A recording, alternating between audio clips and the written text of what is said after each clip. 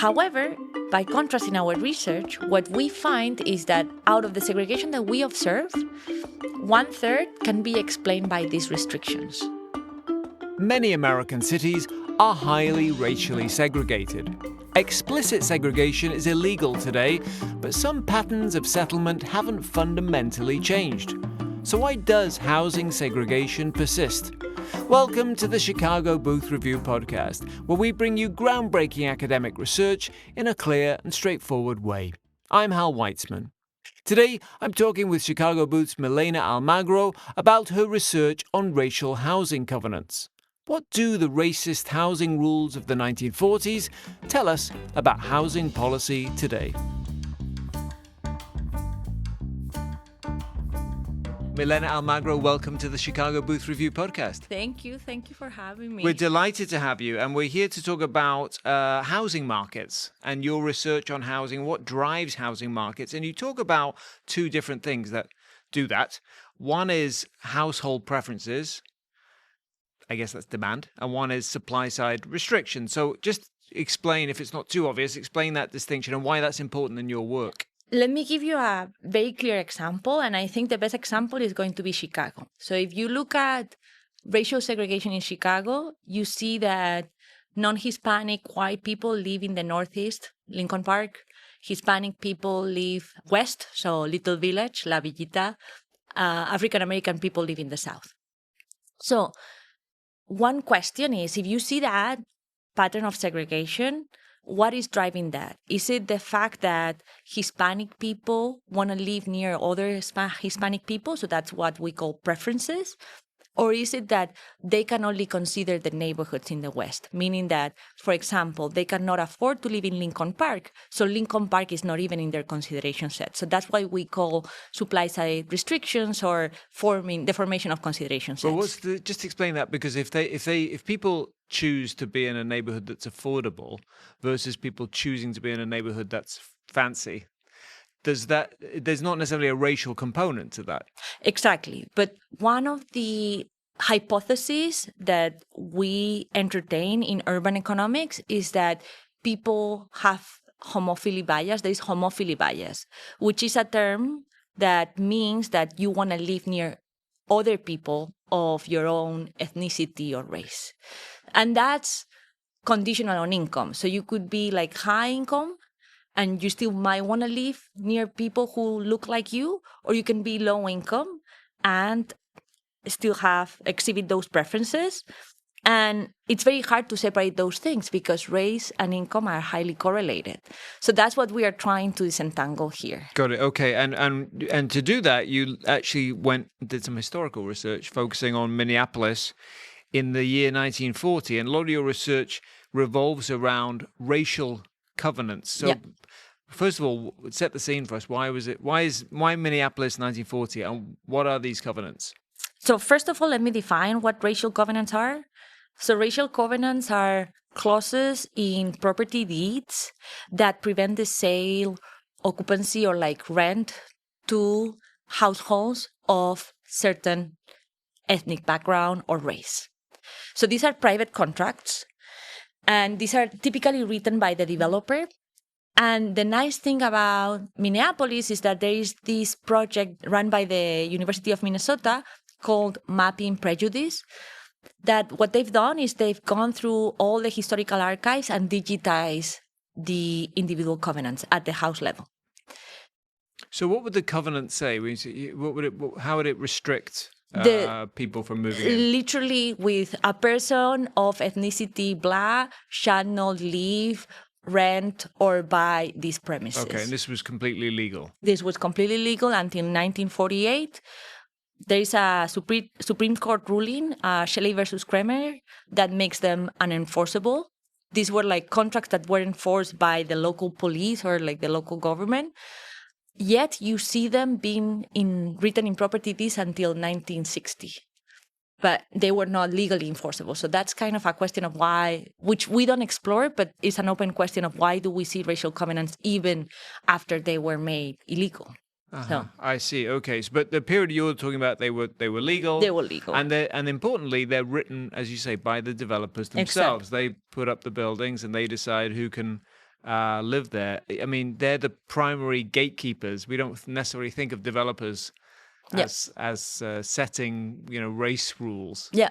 And what is interesting is there's some covenants that are written by the owner. Those are retroactive covenants, but there are very few of them. Most of them are, as you said, written by the developers. So the idea is that think of Minneapolis in the 1930s and 40s as a city that is expanding. It's like basically becoming urbanized. So we're transforming farmland into like suburban subdivisions. So think about a developer buys a big plot of land, and all of a sudden you build like 100 houses that look identical, and you build like the streets, and the developer is writing the property deeds of those houses. And the developer thinks, okay, I might add racial covenants. Why? Because back in the day, unfortunately, these preferences about like or trying to move away, white flight, I don't know if you have heard that expression, those preferences were very, very strong and very, very prevalent. Thankfully, things are changing over time. So developers thought, so if I put a racial covenant and I basically prevent people from certain race or ethnicity to come into my neighborhood, this is going to be perceived as a higher quality neighborhood, so I might be able to charge a higher price.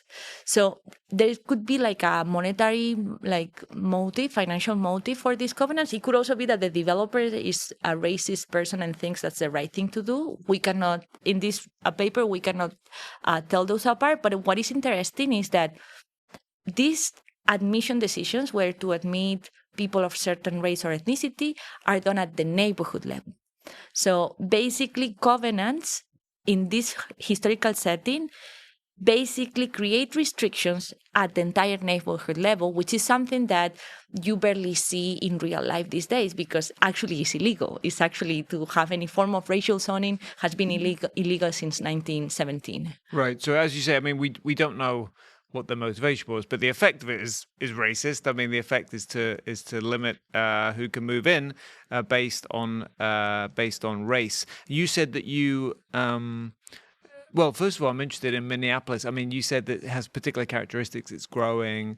Is that true of many? I mean, does Minneapolis stand in for many U.S. cities in 1940? So I think many U.S. cities in the north of the U.S. experience a similar path. Why? Because you get a lot of immigration from Europe in the first half of the 20th century, and a lot of immigration from Scandinavia, Western European countries. And you have all of like the Midwest and North Dakota, South Dakota being like slowly populated by these European immigrants that are arriving. Why Minneapolis? Because the racial covenants, the nice thing about having this data is that we have data on explicit discrimination, and this is very rare.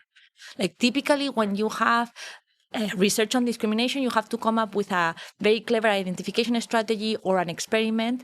However, for this particular setting, we do see they were quite explicit about it. Yeah, absolutely. And so the data you use is from the project that you mentioned, which actually has you've collected all these covenants and coded them somehow, I guess? Yeah, they did. Okay. They had like 5 people reading each property deed.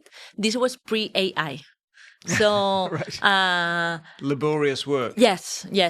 And sometimes what is interesting is that the language, they know that what they are doing is not ethical.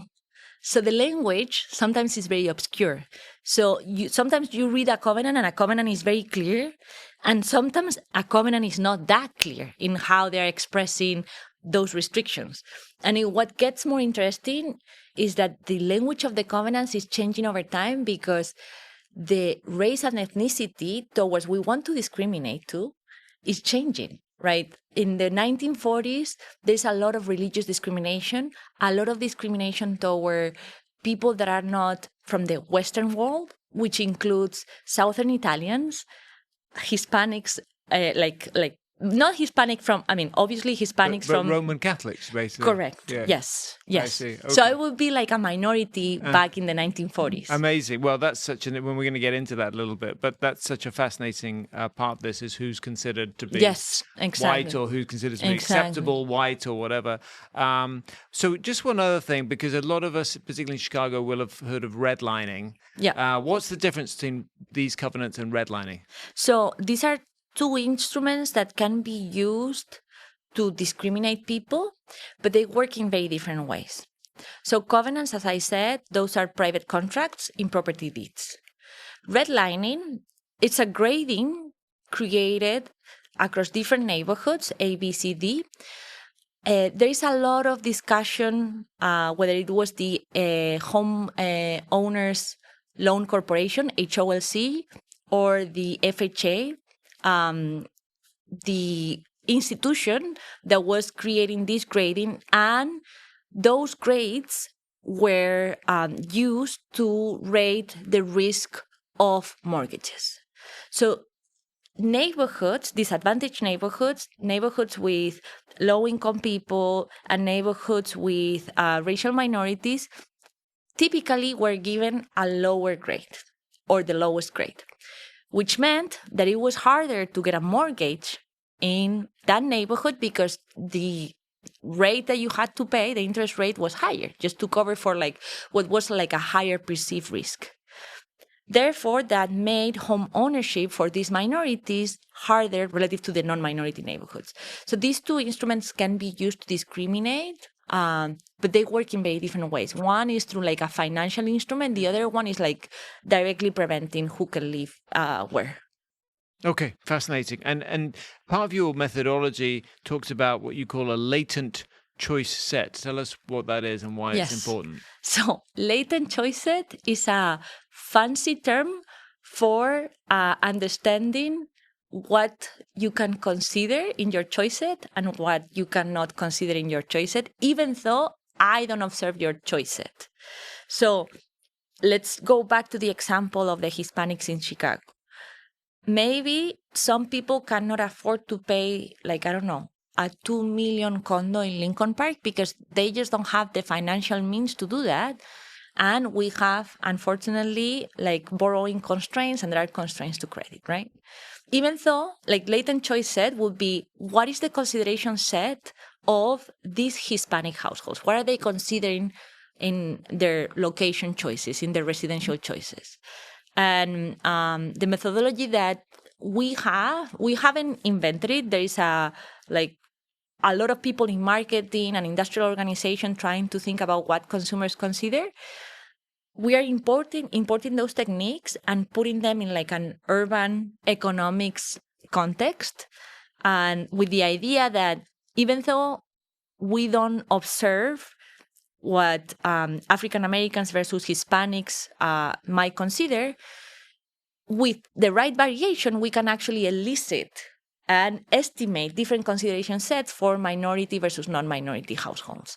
And that's what we do in the paper. And once you have the consideration set, and I know you're choosing from A, B, C, and D, I can actually elicit the preferences that you have for living in A, B, C, and D, given the characteristics of those neighborhoods. And that tells us what about demand? Exactly. So once I have the consideration set, I can construct demand. But that's why we call the consideration set supply-side restrictions. In this context, is because it's the developers putting the racial covenants and the developers steering what you can consider and what you cannot.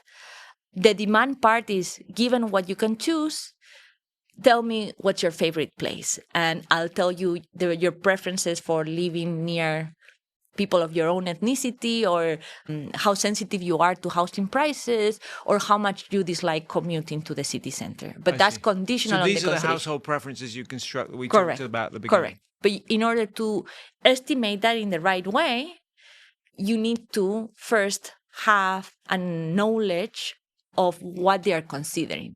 Because if you assume that they can consider everything at once, then you start getting the wrong estimates for these preferences. Carry the Two is the show that pulls back the curtain to reveal the mathematical and statistical gears that turn the world.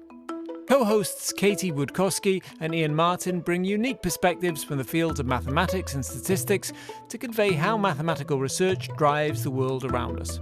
With each episode tackling a different topic, subscribe to Carry the Two, part of the award-winning University of Chicago podcast network.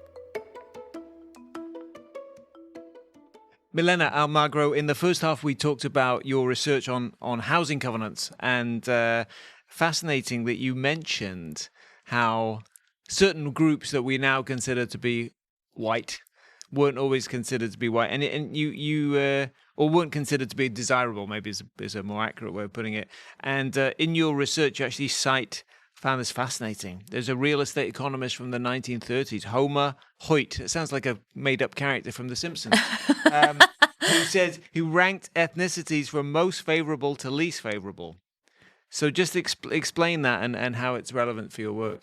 So Homer Hoyt he's an urban planner of the 1930s, and he writes this book that had a lot of influence. And basically, the desirability of different ethnicities is actually used for developers, like everybody in like the real estate world, of how we should classify neighborhoods in terms of like, should we give a mortgage to this person who wants to live in this neighborhood, or is this neighborhood gonna go in the right trend? But he was ranking people based on their ethnicity. Absolutely, and this is how sad things were 100 years ago, and thankfully we're changing.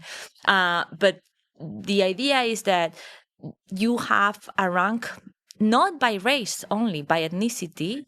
You have like the Northern Europeans and people from the Western world as like the most favorable. Then you have Northern Europeans, and then you go down, and then you have Southern Italians, Moorish people, Black people. They also use like terms that we shouldn't use in this podcast, and I'm pretty sure like people can think of those terms. So you have this rank of ethnicities, and what we do in the covenants paper is that we merge the data on covenants to the 1940 decennial census, which is a census with exceptionally good data quality.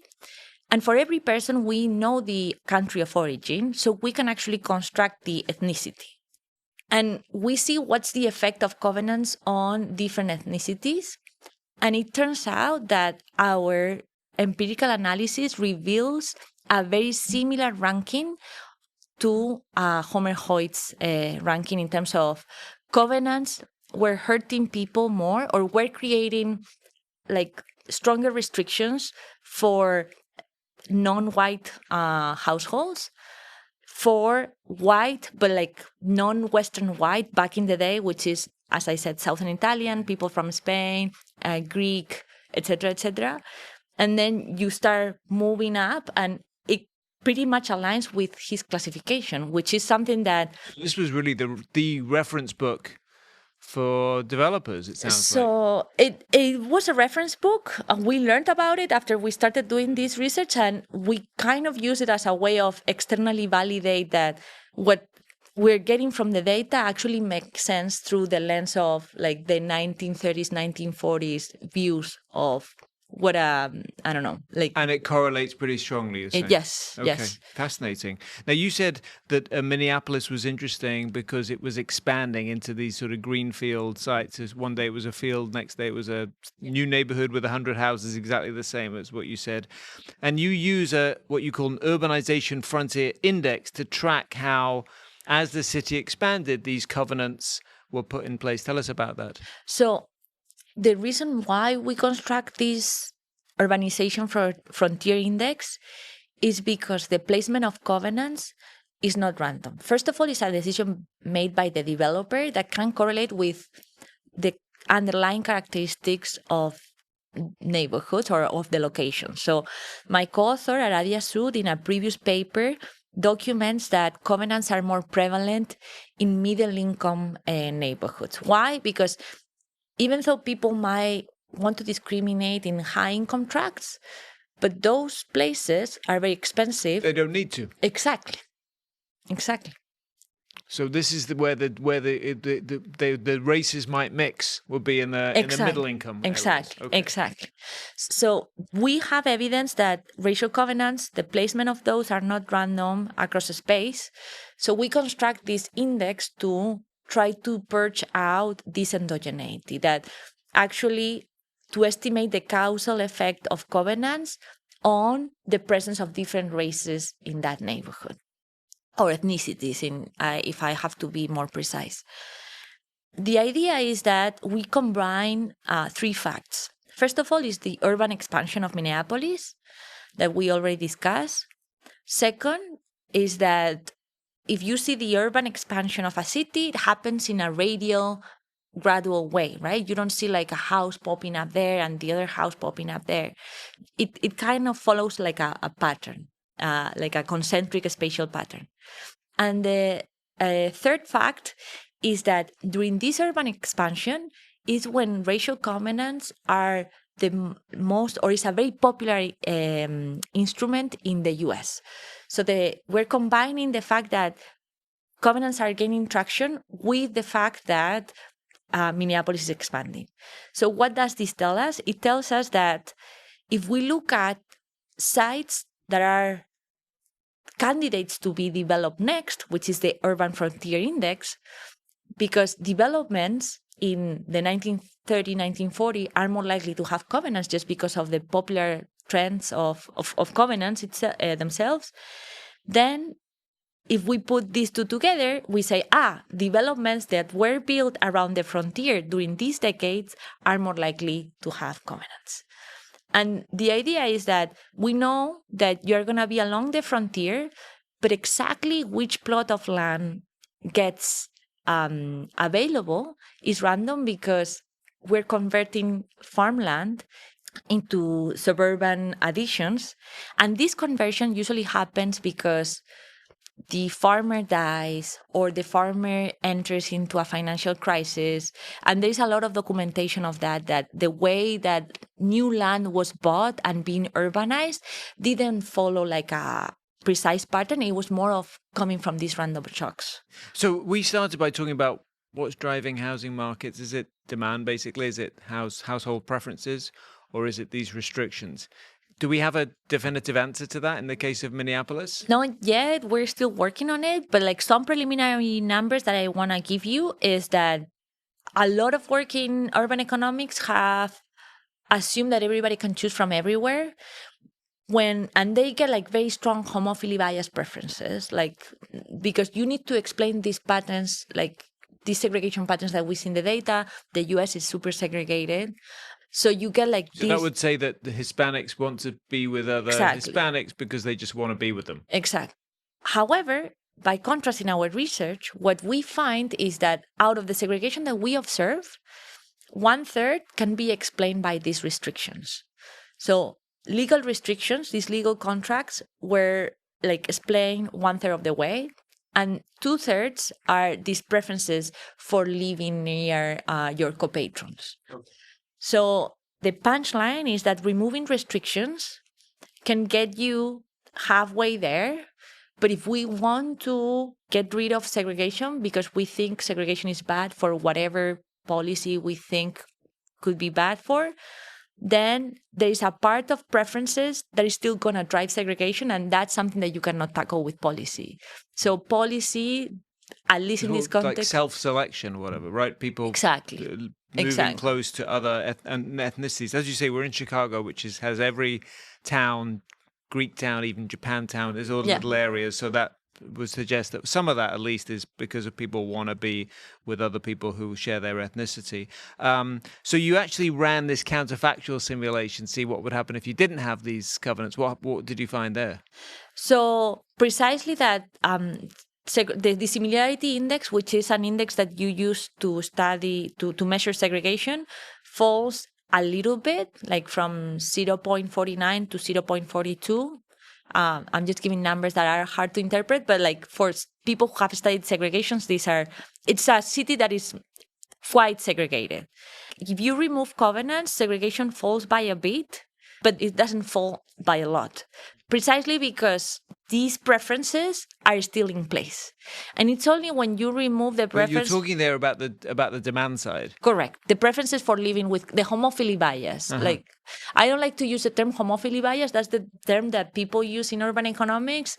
I like to say more preference for co-patrons because I don't think it's I don't know. It's a controversial... You don't like the term bias when it comes to race. Yeah. Well, it's sort of counterintuitive here. Yeah. And even actually, so going back to the real data, even in the neighborhoods without these explicit covenants, right? Minority households were still less likely to be admitted. So there's implicit discrimination. Absolutely. Yeah. So we not only find discrimination coming from covenants, we also find that every neighborhood inside Minneapolis, a minority household is 8 percentage points less likely to be admitted into that neighborhood, just by baseline. What do you mean by admitted? Like that neighborhood is in their choice set, in their consideration set.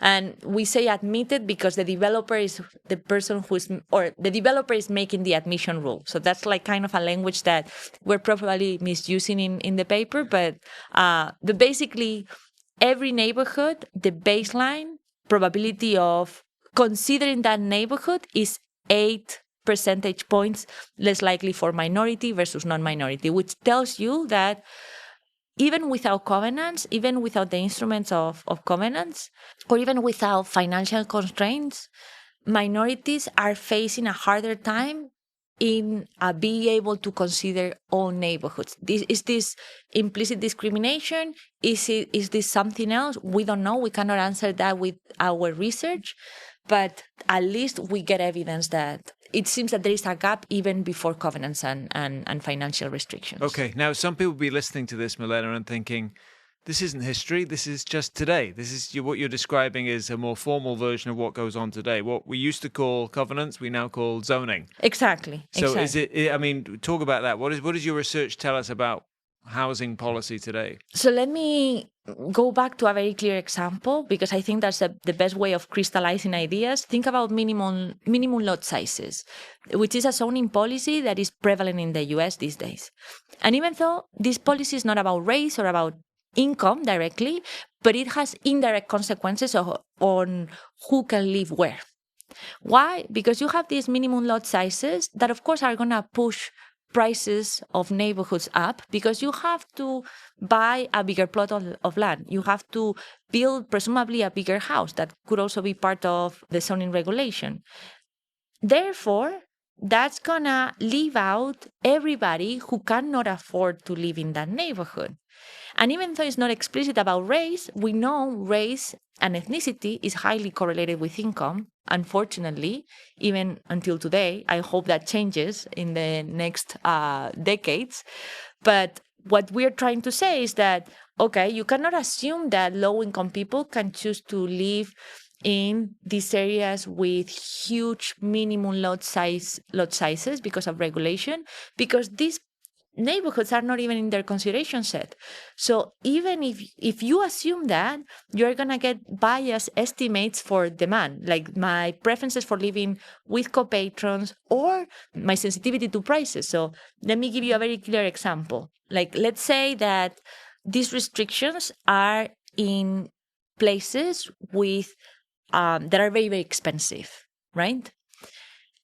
And those places for a low-income households are not in their consideration set because I cannot pay the down payment. But I wrongly assume that you can choose from there, yet I never see you choosing from that super expensive neighborhood. What is it that I'm going to infer? That you're actually more sensitive to prices because you restrict your choices to cheaper places. And it's not about the sensitivity to prices, it's about I couldn't get the down payment for this mansion in this huge minimum lot size area.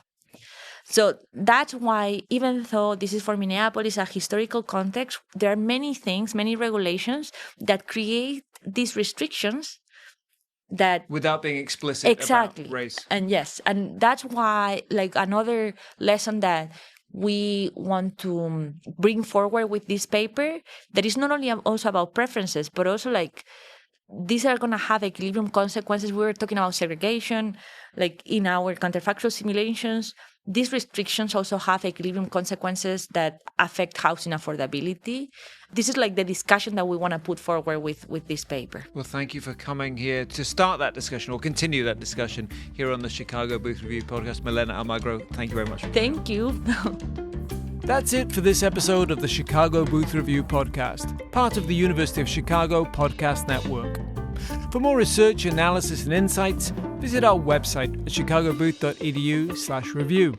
When you're there, sign up for our weekly newsletter so you never miss the latest in business-focused academic research. This episode was produced by Josh Stunkel. If you enjoyed it, please subscribe and please do leave us a 5-star review. Until next time, I'm Hal Weitzman. Thanks for listening.